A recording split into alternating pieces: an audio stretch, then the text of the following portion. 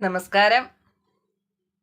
ഇന്നത്തെ സുഭാഷിതം 1575 ദിവസം. സമർപ്പണം ശ്രീ PMN നമ്പൂതിരി.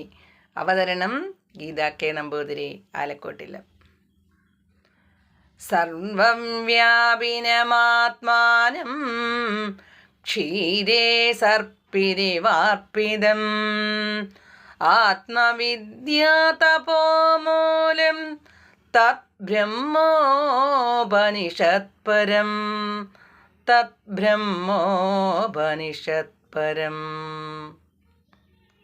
അർത്ഥം: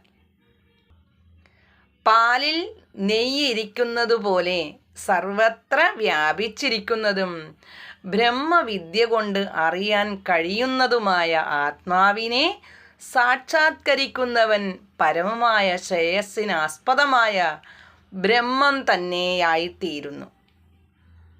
ഹരി ഓം. നന്ദി, നമസ്കാരം.